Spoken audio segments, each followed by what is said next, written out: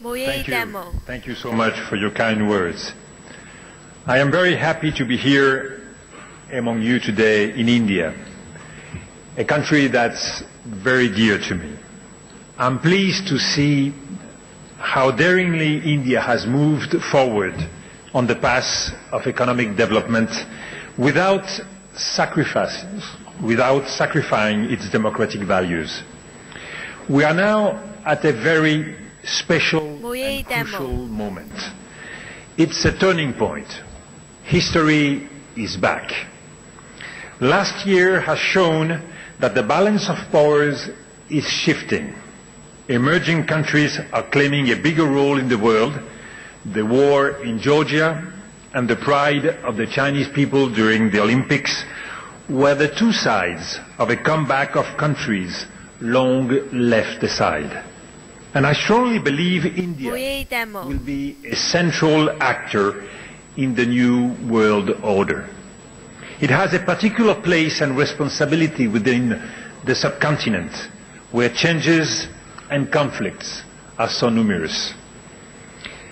It has also a greater role to play on the international scene in becoming as quickly as possible a full member of an enlarged G8 as well as a permanent member of the UN Security Council. The economic crisis is putting the hierarchies of the economical world upside down. It is a challenge for all of us so as to enhance global regulation, but the solution will not come without the contribution of new markets and economies of Asia. Last element of hope, the election of Barack Obama has given the world a new perspective. After 8 years of a unilateral policy based on power, America is opening up to the world. A time of dialogue seems to begin in the Middle East in particular. It is an opportunity we must all seize. But yet, my visit here to India is also mixed with sadness, as I find a country deeply hurt by the tragic attacks in Mumbai. On November 26, all around the world, we deeply sympathized with the Indian people as our screens showed us the strikes in real time. 3 days of cold-blood massacre, killing a huge number of people. India experiences all the promises, but also all the threats of this new world. Terrorism must be fought decidedly.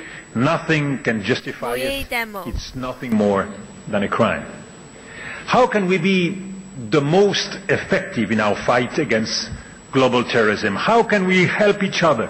That's a central question I have often been confronted as a Minister of Foreign Affairs, as a Minister of Interior Affairs, and the Prime Minister in France, a country that has been violently hit by mass terrorism in the past.